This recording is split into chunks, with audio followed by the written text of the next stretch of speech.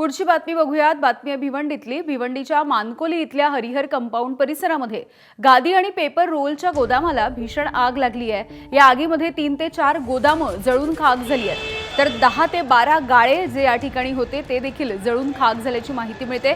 Short सर्किटमुळे ही आग लागली अशी प्राथमिक माहिती सध्या समोर आली आहे। मात्र ही आगीची दृश्य, तिथली भीषणता आपण बघू शकतो।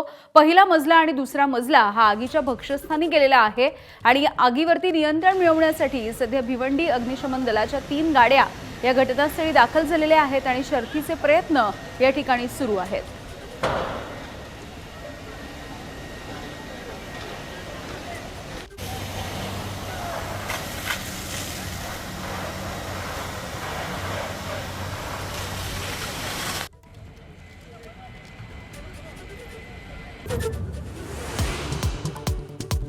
अजितदादांच्या विमानामध्ये सुसाइड बॉम्बरचा वापर झाला होता का? विम्यासाठी अपघात घडवून आणला का? व्हीएसआर कंपनीवरती आमदार अमोल मिटकरींना संशय।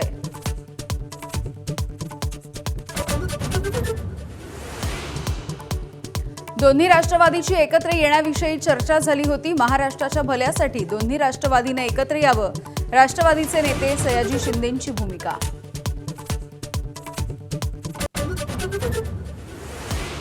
तेलंगणामध्ये महात्मा फुलेंच्या पुतळ्याची विटंबना, दोषींवरती कारवाईसाठी मंत्री छगन भुजबळांचं केंद्रीय गृहमंत्री अमित शहांना पत्र।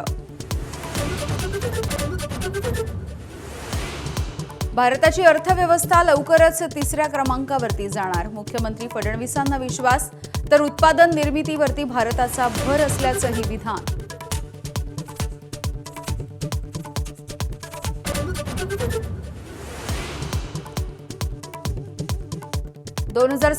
ला भारताचे तुकडे करू म्हणणाऱ्यांचे तुकडे पडतील, सरसंघचालक मोहन भागवत गरजले। 2047ला अखंड भारत होईल अशी स्वप्न बघा, असाही सल्ला।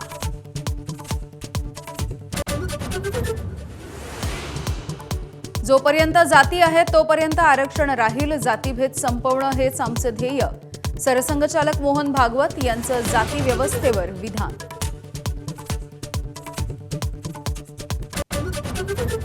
अकलूजमध्ये मतदान केंद्रावरती लहान मुलाला नेणं, राष्ट्रवादीचे उमेदवार अर्जुनसिंह मोहिते पाटील यांना भोवणार, उपजिल्हाधिकाऱ्यांचे कारवाईचे आदेश। तर संभाजीनगरमध्ये विलास भुमरेंच्या मुलाच्या बोटाला शाई लावल्यामुळे संबंधित कर्मचाऱ्यांवरती कारवाईचा बडगा।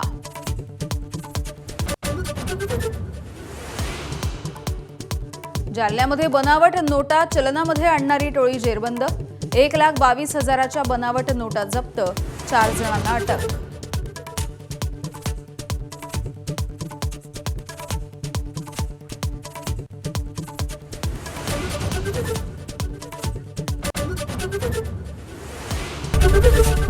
एबीपी माझा, उघडा डोळे बघा नीट।